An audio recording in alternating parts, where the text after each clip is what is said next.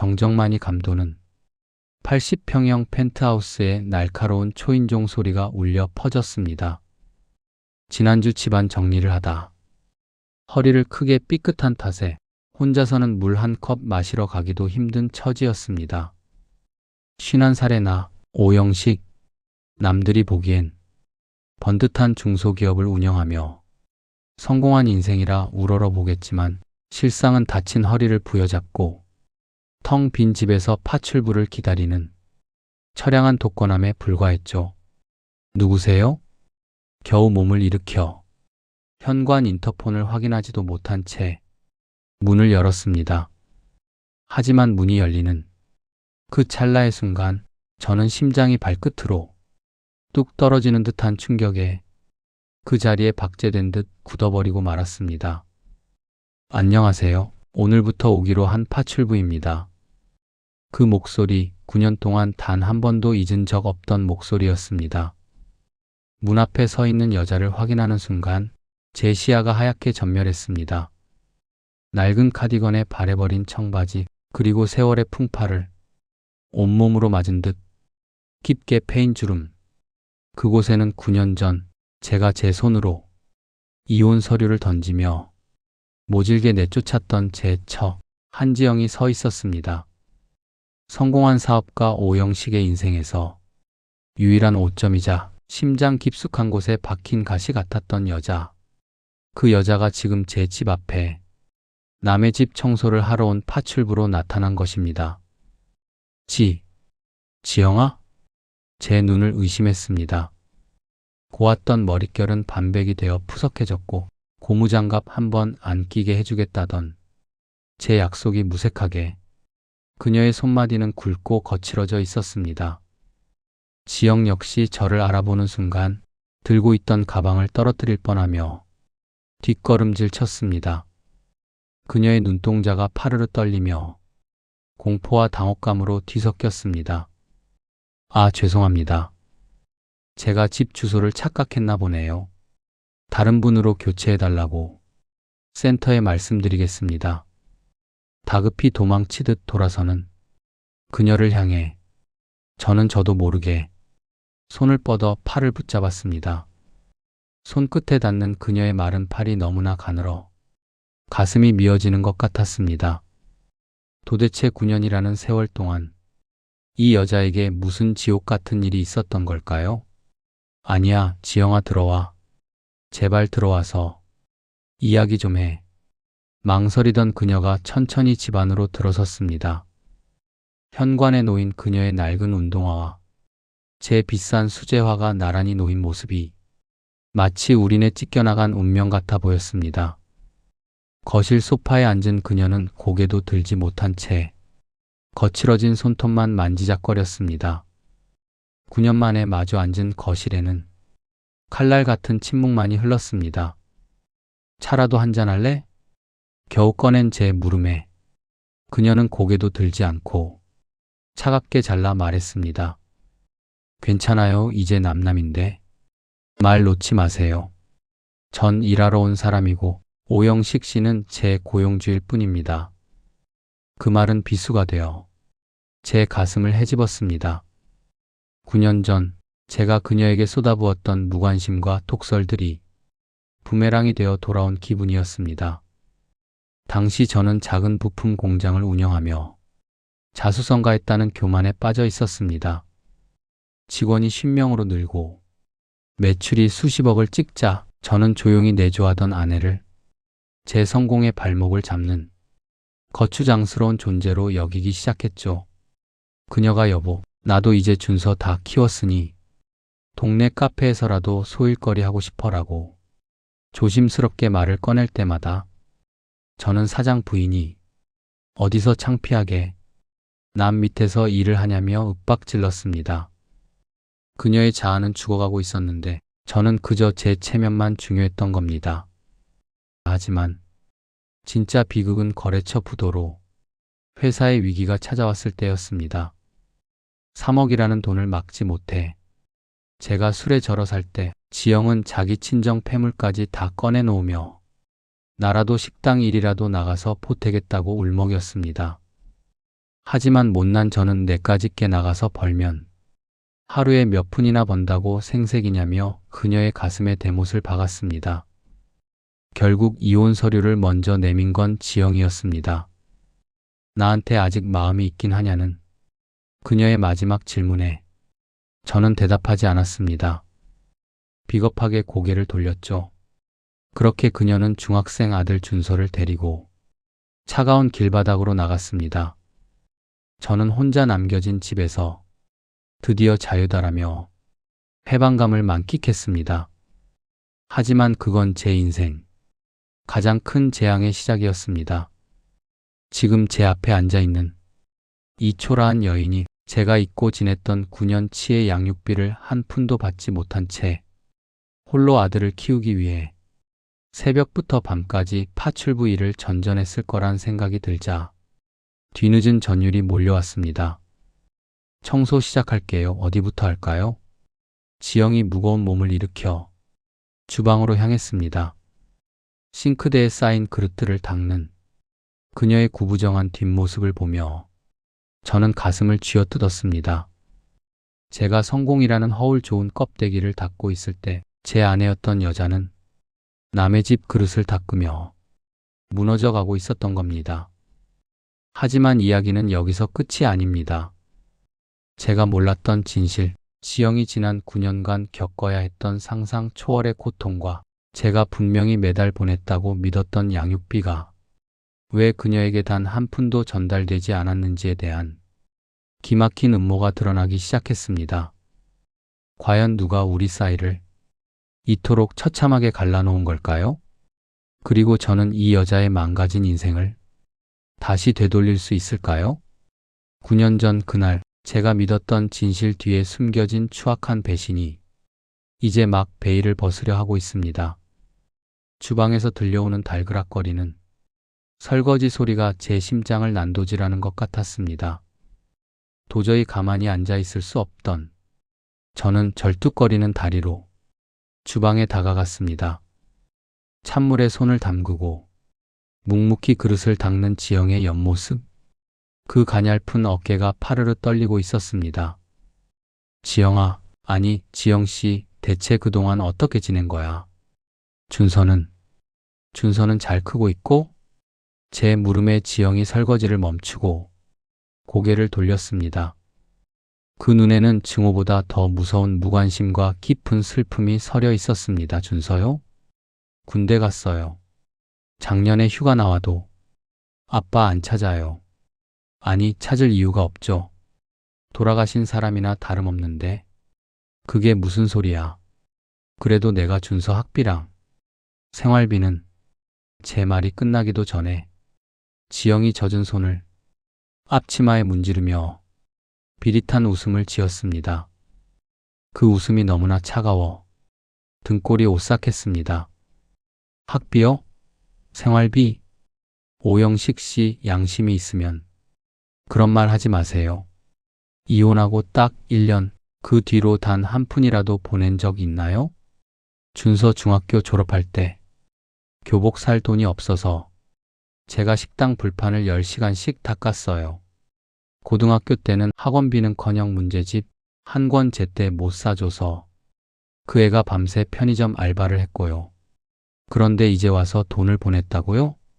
순간 머리를 둔기로 얻어맞은 것 같았습니다. 그럴 리가 없었습니다. 저는 이혼 후 사업이 본궤도에 오른 뒤부터 단 한 번도 양육비를 거른 적이 없었습니다. 매달 25일이면 어김없이 자동이체로 보냈고 명절이나 준서 생일에는 보너스까지 챙겨 넣었습니다. 그럴 리 없어. 내가 매달 꼬박꼬박 300만 원씩 보냈단 말이야. 내 통장 내역 보여줄 수 있어. 제 외침에 지영이 잠시 멈칫하더니 냉소적으로 쏘아붙였습니다. 어디로 보냈는데요? 제가 준 계좌는 이혼하고 한 달 뒤에 정지됐어요. 당신 어머니가 전화해서 내 아들 피 같은 돈, 그 계좌로 들어가는 꼴 못 본다며 다른 계좌로 보내라고 소리치셨잖아요. 그래서 당신 비서가 알려준 계좌로 준서 명의 통장 새로 만들어서 보냈다고요? 저는 그 통장 구경도 못 해봤어요. 어머니, 그리고 비서? 제 눈앞이 캄캄해졌습니다. 당시 사업이 너무 바빴던 저는 어머니와 당시 제 비서였던 박 실장에게 양육비 송금 문제를 맡겼었습니다. 지영이가 자존심이 세서 직접 받기 싫어하니 준서 명의의 새 계좌로 보내겠다는 어머니의 말을 철석같이 믿었습니다. 박 실장 역시 매달 영수증을 챙겨오며 확인시켜줬기에 단 한 번도 의심하지 않았습니다. 박 실장이 어머니가 이제 와서 누굴 탓해요. 결국 당신이 무관심했던 거잖아. 내가 새벽 4시에 일어나 인력시장에 나갈 때 당신은 그 화려한 집에서 새 출발한다고 좋아했겠지. 나는 준서 등록금 때문에 사채까지 끌어다 썼어요. 독촉 전화에 시달리며 죽으려고 약까지 먹었을 때 당신은 어디 있었냐고. 지영의 목소리가 점점 높아지더니 결국 울음 섞인 비명이 되었습니다. 9년 동안 쌓인 한이 터져 나오는 순간이었습니다. 저는 아무 말도 할 수 없었습니다. 제가 성공의 단맛에 취해 이 정도 돈이면 아빠 도리는 다 하는 거지라며 자위하고 있을 때 제 아내와 아들은 지옥 같은 빚더미와 가난 속에서 피눈물을 흘리고 있었던 겁니다. 그런데 더 기가 막힌 건 당시 박 실장과 제 어머니가 수시로 나누던 귓속말들이 떠오른 것이었습니다. 이혼 직후 어머니는 유독 박 실장을 예뻐하며 제 주변을 맴돌게 했습니다. 그리고 지금 박 실장은 제 회사에서 상무 직함까지 달고 실세 노릇을 하고 있습니다. 설마 어머니와 박 실장이 짜고 9년 동안 제 아들의 양육비를 가로채 온 걸까요? 그리고 지영에게는 제가 일부러 돈을 끄는 것처럼 꾸며 우리 사이를 영원히 갈라놓으려 했던 걸까요? 지영아, 아니야. 뭔가 잘못됐어. 내 말 좀 들어봐. 저는 다급히 그녀의 손을 잡으려 했지만 지영은 혐오스럽다는 듯 제 손을 뿌리치고 가방을 챙겨 들었습니다. 일 끝났으니 가볼게요. 내일부터는 다른 사람 올 거예요. 다시는 아는 척하지 마세요. 당신 얼굴 보는 것만으로도 숨이 막히니까. 지영이 폭풍처럼 집을 빠져나갔고 저는 텅 빈 거실에 주저앉아 떨리는 손으로 박 실장에게 전화를 걸었습니다. 하지만 신호음만 갈 뿐 전화를 받지 않았습니다. 바로 그때 제 휴대폰으로 메시지 하나가 도착했습니다. 발신인은 다름 아닌 제 어머니였습니다. 영식아, 오늘 박 상무랑 저녁 먹기로 한 거 잊지 않았지? 박 상무가 넣어줄 보약도 지어놨단다. 역시 박 상무만 한 며느리감이 없는데 언제쯤 합칠 거니? 메시지를 읽는 순간 온몸에 피가 거꾸로 솟는 기분이었습니다. 9년 전 지영을 내쫓고 그 자리를 차지하려 했던 박 실장, 그리고 그 뒤를 봐준 제 어머니, 이 두 사람이 공모한 잔인한 사기극의 전말이 서서히 드러나기 시작했습니다. 저는 이대로 무너질 수 없었습니다. 내 아내와 아들의 9년을 앗아간 그들에게 처절한 대가를 치르게 해줘야 했습니다. 그리고 지영에 맺힌 한을 풀어주기 위한 저만의 은밀하고도 강력한 계획을 세우기 시작했습니다. 우선 내일 아침 박 실장을 제 사무실로 불러야겠습니다.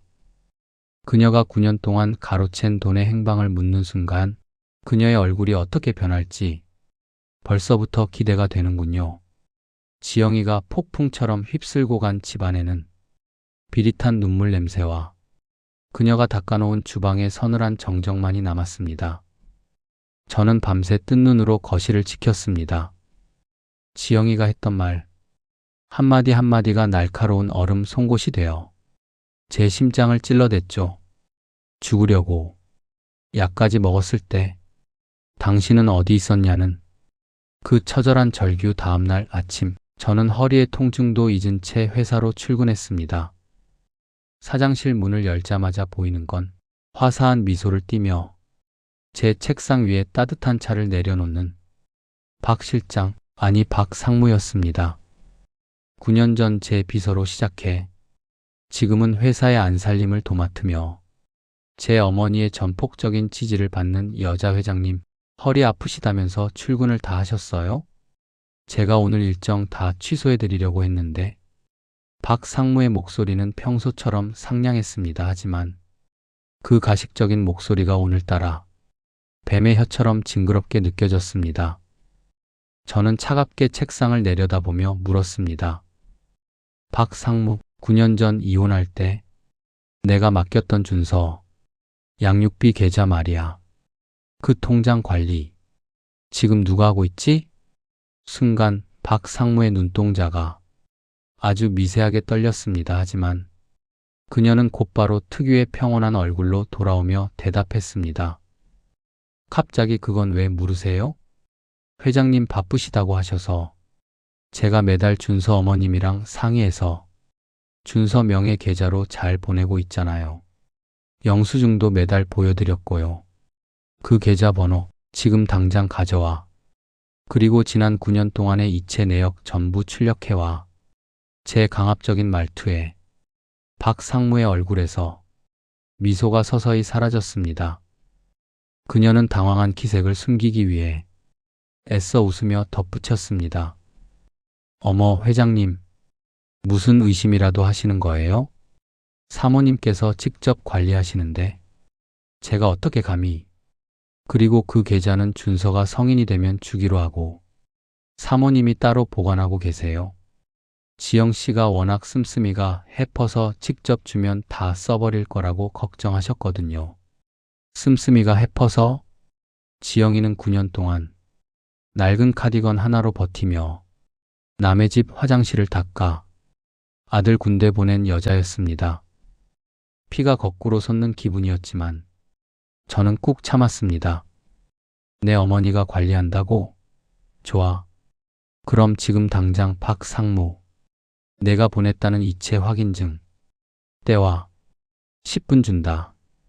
박 상무가 나간 뒤 저는 개인적으로 알아본 은행 지점장에게 전화를 걸었습니다.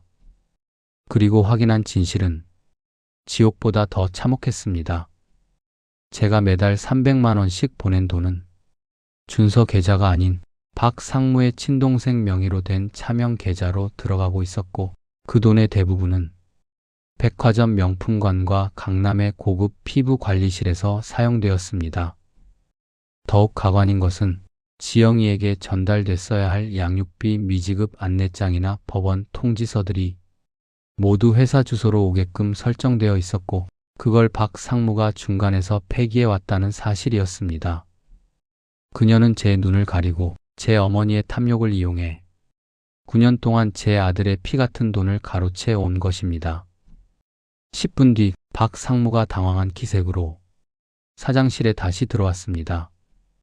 손에는 조작된 듯한 서류 몇 장이 들려 있었습니다. 회장님, 이게 사모님이 가지고 계신.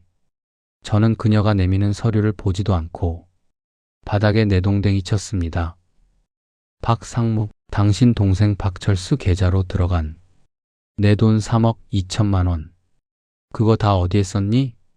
샤넬 가방 사고 얼굴에 포톡스 맞느라 내 아들 등록금까지 다 처먹었어? 박 상무의 얼굴이 순식간에 흑빛으로 변했습니다. 무릎을 꿇으며 변명을 늘어놓으려는 그녀를 저는 싸늘하게 내려다봤습니다. 살려달라고 빌지 마.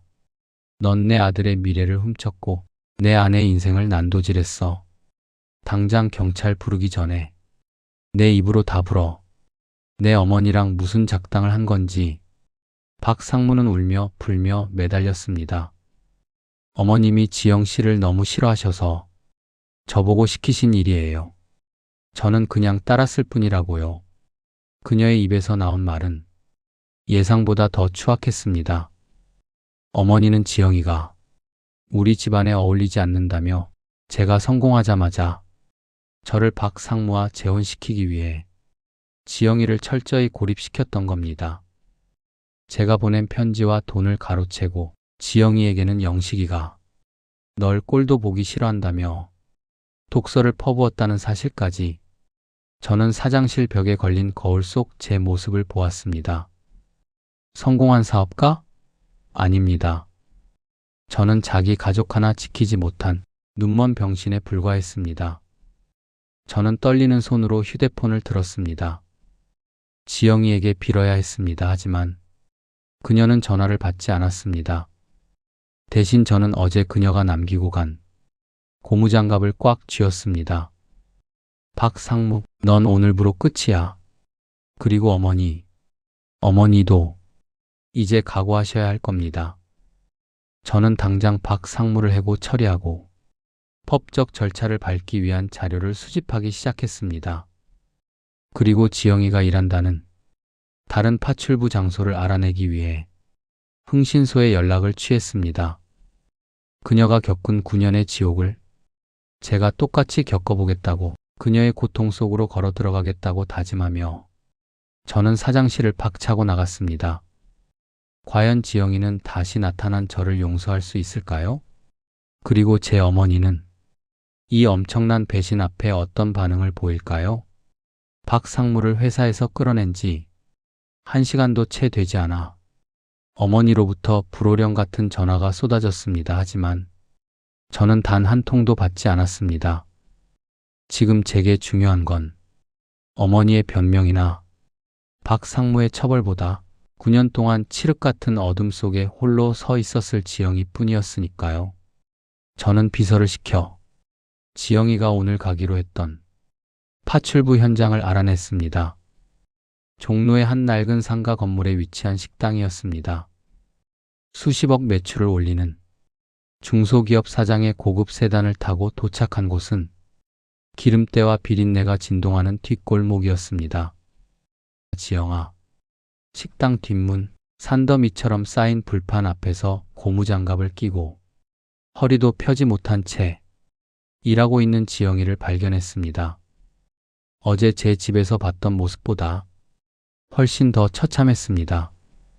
독한 세제 냄새에 눈이 따가울 정도인데 지영이는 묵묵히 그 쇳덩이들을 닦아내고 있었습니다. 여기 왜 왔어요? 당신이 올 때 아니니까. 당장 가요. 지영은 저를 보자마자 차갑게 쏘아붙였습니다. 하지만 저는 대답 대신 코트를 벗어 던지고 셔츠 소매를 걷어붙였습니다. 그리고 그녀 옆에 놓인 고무장갑을 집어들었습니다. 나 오늘부터 여기서 너랑 같이 일할 거야. 내가 9년 동안 닦은 이 그릇들 나도 같이 닦을게. 미쳤어요? 오영식 씨, 당신 사장이야. 미쳤으면 병원을 가라고요. 지영이 어처구니 없다는 듯 제 손을 뿌리쳤지만 저는 막무가내로 불판 앞에 주저앉았습니다. 평생 팬데만 굴리고 서류에 결제만 하던 손이 차가운 얼음물과 기름때에 닿는 순간 소름이 돋았습니다. 허리에 통증이 끊어질 듯 밀려왔지만 이를 악물었습니다. 1시간, 2시간. 식당 주인은 저를 미친 사람 취급했고 지영이는 저를 투명 인간 취급하며 묵묵히 자기 일만 했습니다. 하지만 3시간째 접어들자 제 부어오른 손마디와 땀으로 범벅된 셔츠를 본 지영이의 눈빛이 흔들리기 시작했습니다. 그만해요. 이런다고 당신 죄가 씻길 것 같아? 당신이 보냈다는 그 가짜 돈들, 내 아들이 겪은 멸시, 이런 설거지 몇 번으로 퉁칠 수 있는 게 아니라고. 알아서 이러는 거야, 지영아. 박상무가 가로챈 돈, 내 어머니가 꾸민 짓들 다 밝혀냈어. 근데 그게 다 내 잘못이더라. 내가 눈 감고 귀 닫고 살아서 내가 죽으려고 약까지 먹게 만든 거야. 저는 울먹이며 말했습니다. 난생 처음 해보는 중노동에 손은 벌겋게 익어갔고 허리는 감각이 없었습니다. 하지만 제 아내가 겪었을 고통의 10,000분의 1이라도 느끼고 싶어 멈추지 않았습니다. 그때였습니다. 식당 앞으로 검은색 승용차 한 대가 멈춰 섰습니다. 차에서 내린 사람은 다름 아닌 제 어머니와 상무직위에서 해임된 박 실장이었습니다. 박 실장은 눈이 벌개진 채 어머니 뒤에 숨어 도끼 어린 눈으로 저를 보고 있었습니다. 영식아, 너 이게 무슨 망신이냐? 사장이 이런 구질구질한 곳에서 뭐 하는 거야? 당장 일어나. 어머니의 고함에 식당 손님들이 하나둘 밖을 내다봤습니다. 어머니는 지영이를 향해 들고 있던 핸드백을 내던졌습니다. 이 여우 같은 년, 우리 아들을 홀려도 정도가 있지. 기어이 여기까지 불러내서 이런 꼴을 만들어? 내가 그러고도 우리 집안 며느리 소리를 듣고 싶니? 지영이가 모욕적인 말에 고개를 숙였습니다. 익숙한 풍경인 듯 지영의 어깨가 떨리는 것을 본 순간 제 안에 무언가가 폭발했습니다. 저는 젖은 손으로 어머니 앞을 가로막았습니다. 어머니, 그만하세요. 이 사람이 왜 남남입니까? 제 아들 준서를 키운 제 아내입니다. 그리고 박 실장, 너 내가 9년 동안 준서 이름으로 가로챈 돈 3억 원 내가 이미 고소장 접수했어. 어머니도 공범으로 조사받기 싫으시면 당장 여기서 사과하세요. 제 단호한 태도에 어머니는 당황한 듯 뒷걸음질 쳤고 박 실장의 얼굴은 흑빛으로 변했습니다. 시청자들이 그토록 기다렸던 참교육의 서막이었습니다. 저는 지영의 손을 잡고 모든 사람이 보는 앞에서 선포했습니다. 9년 전엔 제가 비겁하게 도망쳤지만 이제는 아닙니다. 지영아, 내가 겪은 고통만큼, 아니 그 이상으로 이 사람들에게 되돌려줄게. 그리고 내 모든 재산, 준서랑 내 명의로 다 돌려놓을 거야. 박 실장은 발악하며 지영에게 달려들려 했지만 저는 그녀를 차갑게 밀쳐냈습니다. 지영의 눈에서 드디어 참았던 눈물이 터져 나왔습니다. 하지만 그 눈물은 어제와 다른 아주 작은 희망의 빛을 머금고 있었습니다. 과연 박 실장과 어머니의 발악은 여기서 끝날까요? 그리고 이 소식을 들은 아들 준서는 아버지를 용서할 수 있을까요? 9년의 한을 풀기 위한 오영식 대표의 진짜 사이다 복수는 이제부터 시작입니다. 식당 뒷골목에서 어머니와 박 실장을 몰아낸 후 저는 그 길로 회사 비서실에 전화를 걸었습니다. 오늘부터 내 모든 업무는 재택으로 처리한다. 그리고 박 상무의 법인카드 내역과 차명 계좌 증거들 한 장도 빠짐없이 경찰에 넘겨. 제 단호한 명령에 비서실은 발칵 뒤집혔지만 상관없었습니다. 지영아, 너 사는 집으로 가자. 내가 어떻게 살았는지 내가 다 봐야겠어. 지영이는 완강히 거부했지만 저는 그녀의 낡은 경차 보조석에 막무가내로 올라탔습니다. 도착한 곳은 경기도 외곽의 오래된 다세대 주택. 곰팡이 냄새가 코를 찌르는 가파른 계단을 올라가 도착한 지영의 집은 제 집 드레스룸보다도 작았습니다. 9년 동안 이 좁은 방에서 아들 준서와 부둥켜 안고 울었을 지영을 생각하니 가슴이 찢어지는 것 같았습니다. 여기가 내가 살던 곳이야? 내가 매달 300만 원씩 보냈는데 어떻게 이런 데서? 말했잖아요. 그 돈 구경도 못 해봤다고. 당신 어머니가 사람 시켜서 우리 집 찾아와 깽판 치고 준서 학교까지 찾아가서 내 아빠가 너 버렸다고. 비수 꽂을 때 우린 이 방에서 죽으려고 했어요. 근데 준서가 그러더라고요. 엄마, 나 아빠 없어도 성공할게. 아빠보다 더 멋진 놈 돼서 엄마 호강시켜줄게. 그 말 한마디로 버틴 9년이에요. 지영의 덤덤한 고백에 저는 방바닥에 무릎을 꿇고 통곡했습니다. 성공했다 자만하며 펜트하우스에서 와인을 마시던 제 자신이 짐승보다 못하게 느껴졌습니다. 저는 그날로 제 짐을 챙겨 지영의 단칸방으로 들어갔습니다. 수천만 원짜리 침대 대신 딱딱한 바닥에 낡은 담요를 깔고 누웠습니다. 미쳤어요? 오영식 씨, 당신이 여기서 버틸 수 있을 것 같아? 버텨야지. 내가 9년 버텼는데 난 90년이라도 버틸 거야. 아니, 여기서 지내면서 박 실장이랑 우리 어머니가 가로챈 내 돈, 준서, 돈 이자까지 쳐서 다 받아낼 거야. 다음 날부터 저는 낮에는 지영이를 따라 파출부 일을 돕고 밤에는 노트북을 켜서 박 실장의 횡령 증거를 정리했습니다. 그러던 중 군복을 입은 늠름한 청년 하나가 단칸방 문을 열고 들어왔습니다. 제 아들 준서였습니다. 엄마, 나 휴가. 당신 누구야? 당신이 왜 여기 있어? 준서는 저를 알아보자마자 눈에 불을 켰습니다. 9년 만에 본 아들은 어느덧 저보다 체격이 커져 있었고 눈빛은 도끼로 가득 차 있었습니다. 준서는 제 멱살을 틀어쥐고 벽으로 밀어붙였습니다. 당신이 우리 엄마한테 한 짓 내가 다 알아. 돈 한 푼 안 보내고 우리 엄마 길바닥에서 고생할 때 딴 여자랑 놀아놨다며 이제 와서 왜 나타나? 죽고 싶어? 박 실장과 어머니가 준서에게 심어놓은 거짓 정보들이 아들을 괴물로 만들어 놓은 것입니다. 저는 반항하지 않았습니다. 준서의 주먹이 제 얼굴을 강타해도 입술이 터져 피가 흘러도 그저 아들을 껴안았습니다. 미안하다. 준서야, 아빠가 병신이라서, 아빠가 눈이 멀어서 너희를 지옥에 살게 했어. 때려라, 죽여도 좋다. 근데 준서야, 아빠가 보낸 돈 그거 박 상무가 다 가로챘더라. 아빠가 그거 다 찾아왔어. 이제 너 대학 등록금 걱정 안 해도 돼. 아빠가 내 인생 다시 돌려놓을 거야. 제 진심 어린 눈물과 피 터진 얼굴을 본 준서의 주먹이 허공에서 멈췄습니다. 지영이가 옆에서 울며 준서를 말렸고 세 식구는 9년 만에 처음으로 그 좁은 단칸방에서 서로의 체온을 느꼈습니다. 하지만 평화는 잠시였습니다.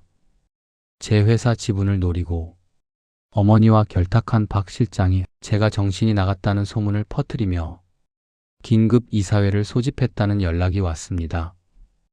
회사를 통째로 삼키려는 박 실장의 마지막 발악이 시작된 것입니다. 영식 씨, 어떡해요? 당신 회사 뺏기면 어떡해? 지영이 걱정스러운 듯 제 손을 잡았습니다. 저는 지영의 거친 손등에 키스하며 차갑게 미소 지었습니다. 걱정 마, 내가 9년 동안 바보처럼 살았지만 사업가 오영식은 아직 안 죽었어. 내일 이사회장에는 나 혼자 안 가. 박 실장이 가장 두려워하는 그 사람과 함께 갈 거야.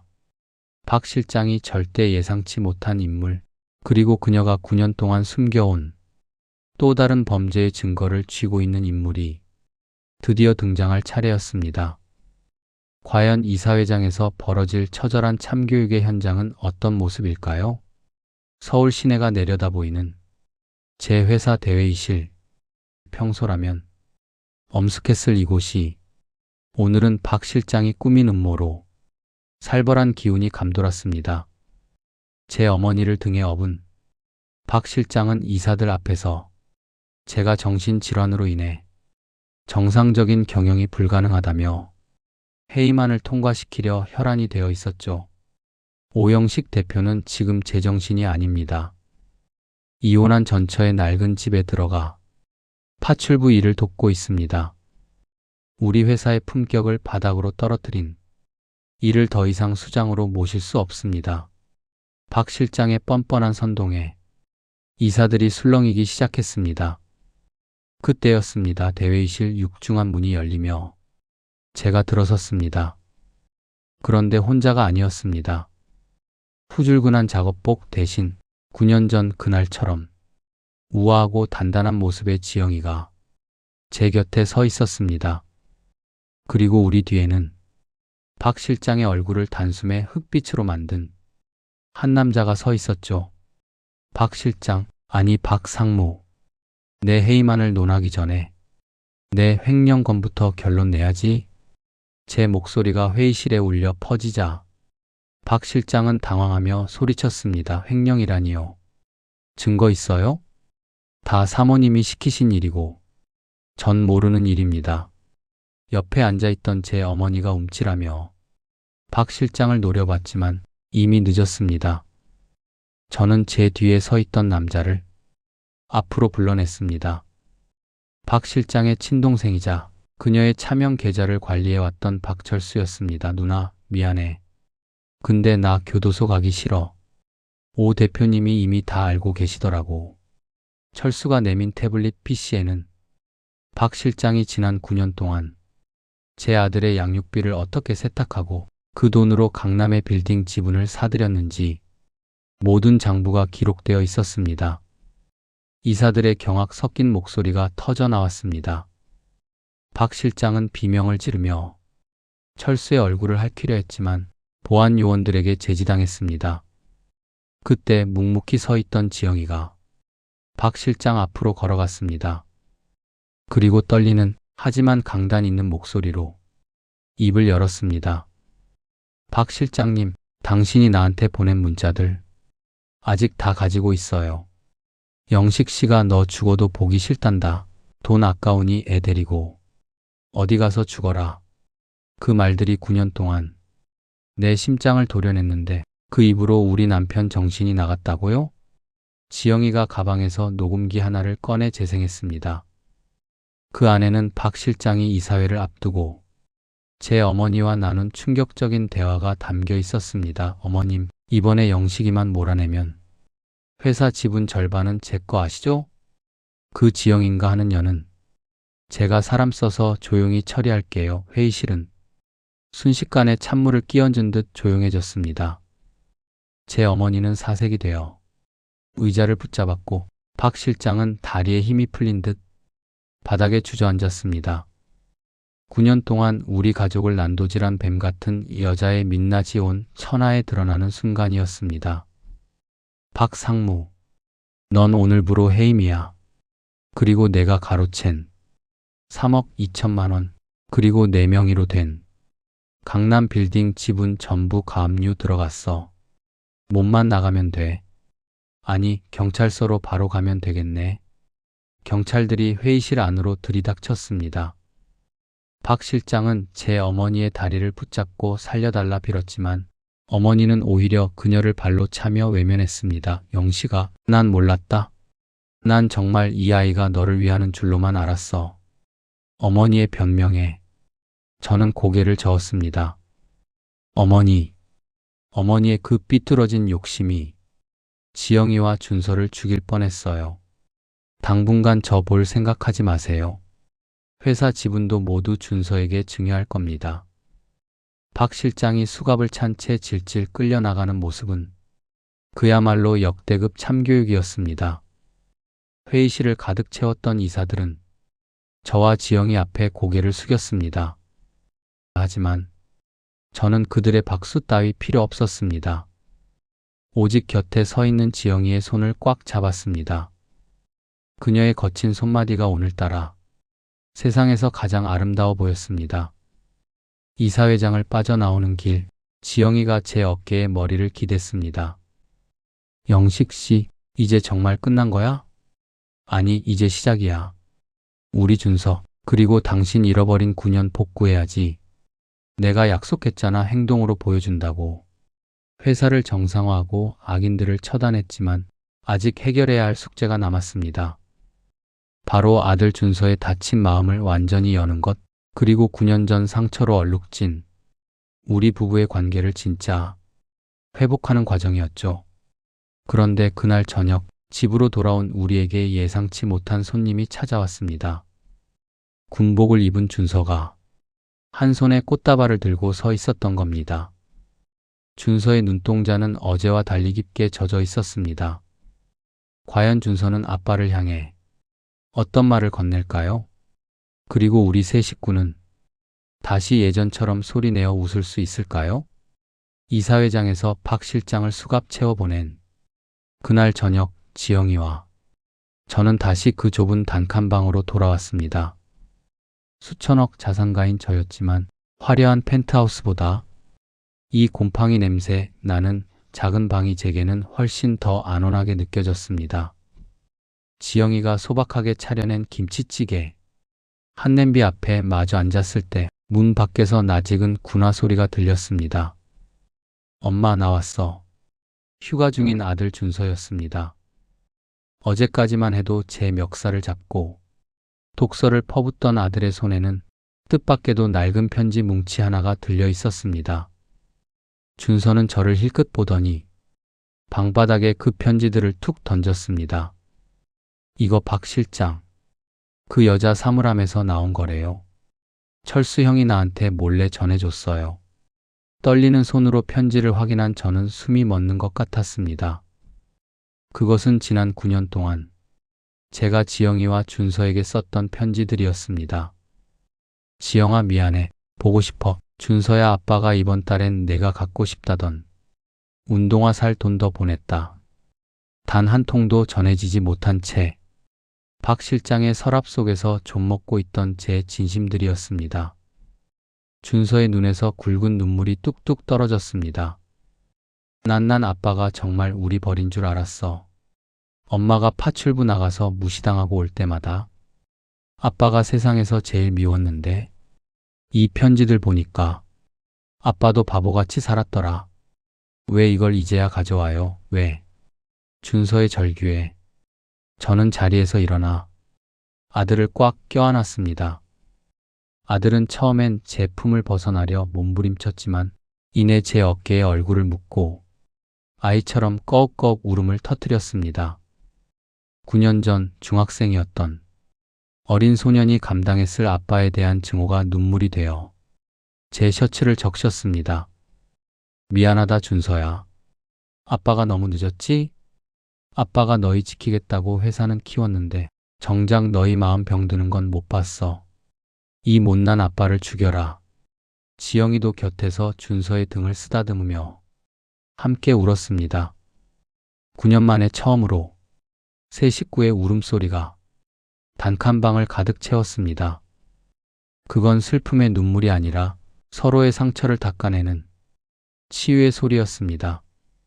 한참을 울던 준서가 제 품에서 떨어지며 퉁퉁 부은 눈으로 식탁을 내려다봤습니다. 배고파요.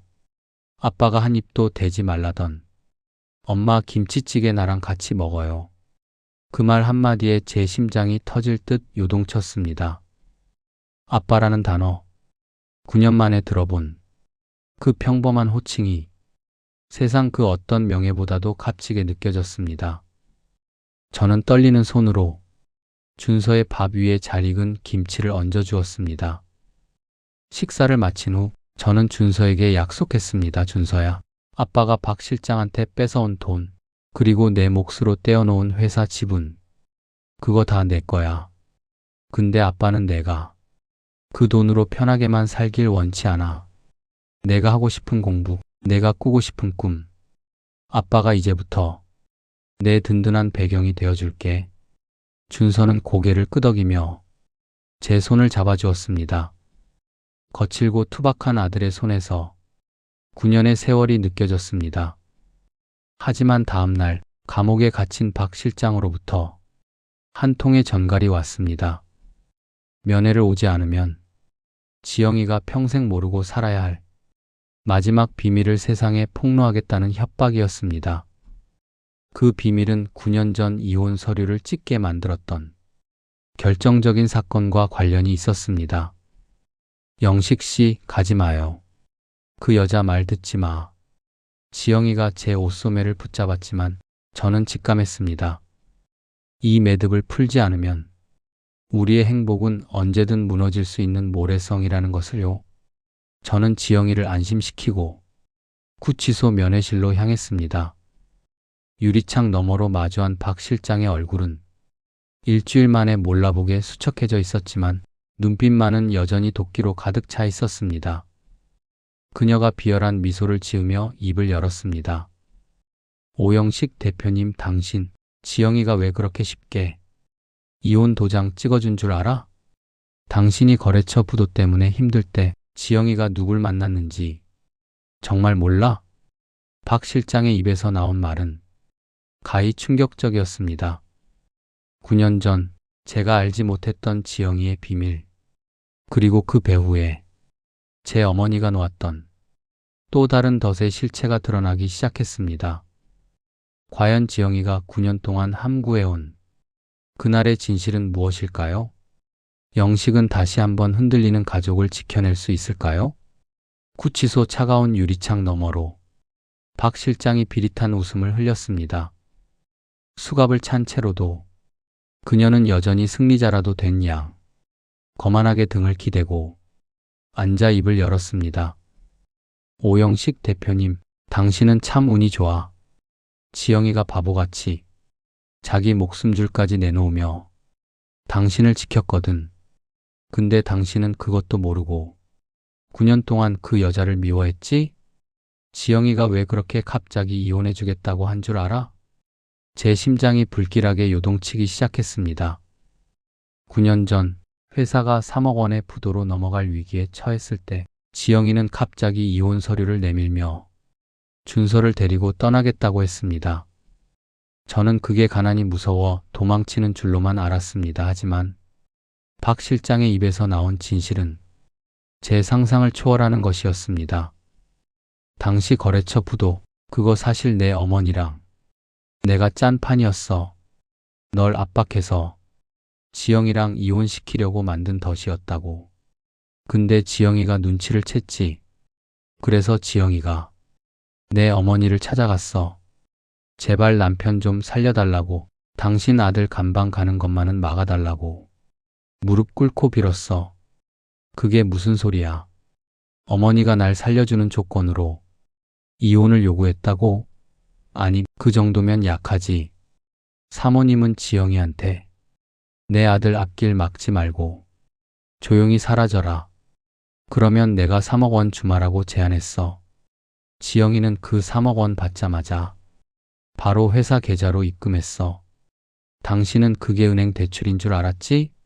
아니야, 그건 지영이가 자기 인생을 팔아서 만든 돈이었어. 지영이는 당신 살리려고 자기 발로 지옥으로 걸어 들어간 거라고. 머리를 대형 망치로 맞은 듯한 충격이었습니다. 당시 기적적으로 해결됐던 3억 원의 자금. 저는 어머니가 연대보증을 서서 은행에서 빌려온 돈인 줄로만 알았습니다. 그런데 그 돈이 지영이가 저를 살리기 위해 제 어머니에게 자신을 팔아넘긴 대가였다니요. 지영이는 약속을 지켰어. 당신한테는 자기가 마음 떠난 것처럼 연기하고 단 한 푼의 위자료도 안 받고 맨몸으로 쫓겨나듯 나갔지. 사모님이 그랬거든. 돈 받은 거 영식이한테 말하는 순간 영식이는 배임죄로 감옥 가게 만들겠다고 협박했으니까. 박 실장의 웃음소리가 면회실 안을 가득 채웠습니다. 저는 비틀거리며 면회실을 빠져나왔습니다. 분노보다 더 큰 죄책감이 온몸을 휘감았습니다. 9년 동안 저는 그녀를 어려울 때 등 돌린 여자라며 원망했는데 그녀는 저를 살리기 위해 스스로 오명을 뒤집어 쓰고 파출부 일을 하며 그 모진 세월을 견뎌온 것입니다. 단칸방으로 돌아오는 길, 빗줄기가 쏟아졌습니다. 저는 문을 열자마자 주방에서 저녁을 준비하던 지영이를 뒤에서 꽉 껴안았습니다. 지영아, 미안해. 내가 다 알았어. 그 3억 그 돈 내가 어머니한테 받은 돈이었다며. 나 살리려고. 내가 나 버린 척한 거였다며. 제 목소리는 이미 오열로 변해 있었습니다. 지영이는 들고 있던 수저를 떨어뜨리며 굳어버렸습니다. 그녀는 한참 동안 말이 없다가 천천히 제 손을 풀어내며 뒤돌아섰습니다. 그녀의 눈에도 이미 눈물이 가득 고여 있었습니다. 이제 와서 알면 뭐해. 이미 우리 준서 아빠 없이 그 고생 다 하며 컸는데 당신 살리려면 그 방법밖에 없었어. 당신 감옥 가면 우리 준서 범죄자 아들 소리 들을 텐데 내가 어떻게 가만히 있어. 왜 말 안 했어. 나랑 같이 싸웠어야지. 내가 바보처럼 널 미워하게 왜 그냥 뒀어. 저는 방바닥에 주저앉아 가슴을 쥐어뜯으며 통곡했습니다. 지영이는 그런 저를 감싸 안으며 함께 울었습니다. 9년 전 제가 그녀의 손을 뿌리치고 문을 쾅 닫고 나갔던 그 방에서 우리는 이제야 서로의 진심을 마주하게 되었습니다. 영식 씨, 나 원망 안 해. 당신 살았고 우리 준서 이렇게 잘 컸잖아. 그거면 됐어. 이제라도 당신이 알아줬으니 난 다 보상받은 거야. 지영의 그 깊은 사랑 앞에 저는 한없이 작아졌습니다. 저는 그날 밤 결심했습니다. 제 어머니와 박 실장이 공모해 지영이를 협박하고 돈을 갈취한 그 파렴치한 행위를 세상에 낱낱이 공개하기로요. 그리고 지영이가 뺏긴 3억 원의 이자를 붙여 돌려주는 것은 물론 그녀를 제 회사의 공동대표로 세워 잃어버린 명예를 되찾아주겠다고 다짐했습니다. 다음 날 저는 법무팀을 소집했습니다. 그리고 제 어머니에게 전화를 걸었습니다. 어머니, 9년 전 지영이한테 하신 일 전부 자백하세요. 그렇지 않으면 저 어머니 아들 자격으로 어머니를 고소할 겁니다. 전화기 너머로 들려오는 어머니의 비명 섞인 항의를 무시한 채 저는 지영이의 손을 잡고 세상 밖으로 한 걸음 내디뎠습니다. 이제는 파출부 아줌마가 아닌 오영식의 아내 한지영으로 당당히 살게 해주겠노라는 맹세와 함께 말이죠. 과연 영식의 어머니는 자신의 잘못을 뉘우칠까요? 그리고 이 모든 사실을 알게 된 아들 준서는 할머니와 아버지를 향해 어떤 선택을 하게 될까요? 지영이가 나를 살리기 위해 제 어머니에게 굴욕적인 각서를 쓰고 3억 원의 자신을 팔아넘겼다는 진실을 알게 된 날, 저는 제 아내 마지막 자식 된 도리를 끊어냈습니다. 저는 곧장 본가로 향했습니다. 화려한 대저택 거실에서 여전히 우아하게 차를 마시고 있는 어머니 앞에 지영이가 9년 전 작성했던 그 피눈물 나는 각서 복사본을 내던졌습니다. 어머니, 이게 사람이 할 짓입니까? 며느리 목줄 잡고 흔들어서 아들 구했다는 핑계로 한 여자 인생을 도륙하셨어요? 어머니는 당황한 기색도 잠시 오히려 찻잔을 내려놓으며 당당하게 소리쳤습니다. 다 너를 위해서였다. 그 가난뱅이 집안 딸년이 내 앞길 막는 게 싫어서 내가 악력을 자처한 거야. 그 3억 덕분에 내 회사가 산 건 잊었니? 그 3억 지영이가 당신한테 구걸해서 받은 돈 아니죠. 지영이가 평생 모은 적금에 친정집 담보까지 잡혀서 가져온 돈. 어머니가 중간에서 가로채고는 마치 어머니 돈인 양 생색내며 이혼 종용한 거 제가 모를 줄 아셨습니까? 흥신소를 통해 알아낸 진실은 더 추악했습니다. 3억 원 중 실제 어머니가 보탠 돈은 한 푼도 없었습니다. 지영이가 저를 살리려고 가져온 돈을 어머니가 가로챘다가 이혼 도장을 찍자마자 제 회사에 넣어주며 엄마가 널 살렸다고 거짓말을 했던 겁니다. 어머니의 얼굴이 순식간에 흑빛으로 변했습니다. 박 실장이랑 짜고 양육비 가로챈 것, 지영이 협박한 것 전부 법대로 하겠습니다. 어머니 지분 30% 전부 지영이와 준서에게 양도하세요. 싫으시다면 아들이 어머니를 횡령과 협박죄로 고소하는 꼴을 전 국민에게 보여드리겠습니다. 어머니는 결국 바닥에 주저앉아 제 바짓가랑이를 붙잡았습니다. 하지만 저는 차갑게 그 손을 뿌리쳤습니다. 9년 전 지영이가 이 거실 바닥에서 흘렸을 눈물을 생각하면 어머니의 눈물은 그저 값싼 악어의 눈물일 뿐이었습니다. 일주일 후 우리 회사 창립기념일 파티가 열렸습니다. 업계의 거물들이 모두 모인 그 화려한 연회장에 저는 세상에서 가장 아름다운 여인을 주인공으로 세웠습니다. 파출부 작업복을 벗어 던지고 우아한 실크 드레스를 입은 지영이가 제 손을 잡고 등장하자 연회장은 술렁이었습니다. 오늘 이 자리를 빌려 발표합니다. 9년 전 저의 무능함으로 잃어버렸던 제 아내 한지영 씨가 오늘부로 우리 회사의 공동대표 및 최대 주주로 복귀합니다. 또한 지난 9년간 회사를 기망하고 가족을 파괴한 박 실장은 현재 구치소에서 중형을 기다리고 있음을 알립니다.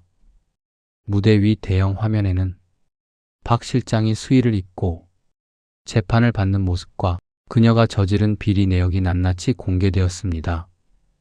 감옥에서 소식을 접한 박 실장은 실성한 듯 벽에 머리를 들이받으며 울부짖었다는 후문이 들려왔죠. 박 실장에게 협력했던 이사들은 그 자리에서 해임 통보를 받았고 지영을 모욕했던 이들은 고개를 들지 못한 채 연회장을 빠져나갔습니다. 지영이는 떨리는 손으로 마이크를 잡았습니다. 저는 9년 동안 남의 집 거실을 닦으며 살았습니다. 하지만 오늘 제 남편이 닦아준 이 길을 다시 걸어보려 합니다. 저처럼 억울하게 눈물 흘리는 이가 없는 회사를 만들겠습니다.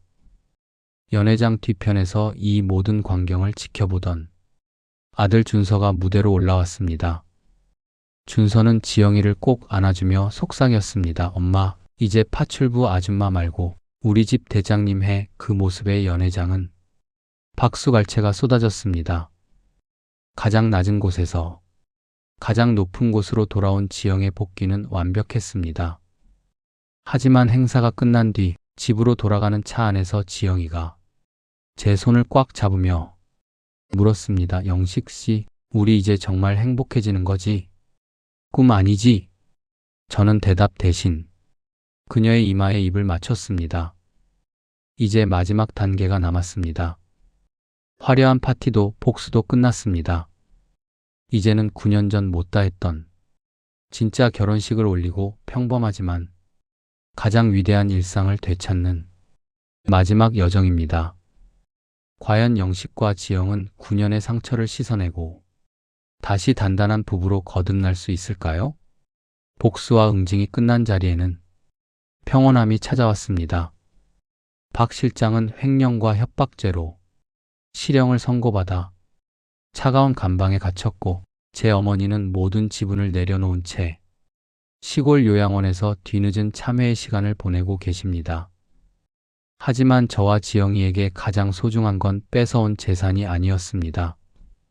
바로 잃어버렸던 9년의 시간을 다시 이어붙이는 일이었죠. 어느 맑은 일요일 오후 우리는 작은 성당에서 가족들만 모인 가운데 두 번째 결혼식을 올렸습니다. 화려한 예식장도 수백 명의 하객도 없었지만 그날의 공기는 세상 그 어느 곳보다 따뜻했습니다. 엄마, 오늘 정말 예쁘다. 군복을 입고 늠름하게 서 있던 준서가 지영이의 손을 잡고 입장했습니다. 파출부 앞치마 대신 하얀 드레스를 입은 지영이가 천천히 제게 다가왔습니다. 9년 전 제가 매정하게 등을 돌렸던 그 여자가 다시 제 생의 동반자로 다가오는 순간 제 눈시울은 이미 붉게 젖어 있었습니다. 저는 떨리는 목소리로 성혼 선언문을 읽어 내려갔습니다. 나 오영식은 9년 전 어리석음으로 잃어버렸던 내 아내 한지영을 평생의 반려자로 다시 맞이합니다. 당신의 거칠어진 손마디 하나하나가 나를 살린 훈장임을 잊지 않겠습니다. 이제 당신은 파출부가 아니라 내 인생의 가장 고귀한 주인입니다. 지영이 역시 눈물을 참으며 대답했습니다.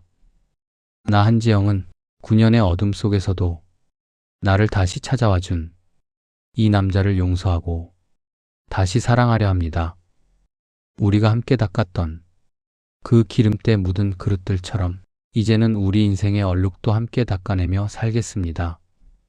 반지를 끼워주는 순간 준서가 준비한 특별한 선물이 공개되었습니다. 스크린에는 지영이가 9년 동안 준서를 키우며 홀로 찍어온 낡은 사진들과 제가 지영이 몰래 준비한 편지들이 영상으로 흘러나왔습니다. 하객석에 앉아있던 지인들도 모두 손수건을 꺼내 눈물을 닦았습니다. 결혼식이 끝나고 신혼여행 대신 우리는 우리가 처음 만났던 동네의 작은 분식집을 찾았습니다. 9년 전 돈 없고 배고프던 시절 떡볶이 한 접시를 나눠 먹으며 나중에 꼭 호강시켜줄게라고 약속했던 그곳이었습니다. 영식 씨, 나 지금 너무 행복해. 근데 가끔은 무서워. 아침에 눈 뜨면 다시 그 곰팡이 냄새나는 단칸방일까봐. 지영이의 말에 저는 그녀의 손을 꼭 쥐었습니다. 9년 동안 그녀가 짊어졌을 그 불안과 공포를 제가 평생에 걸쳐 지워주겠노라 다짐했습니다.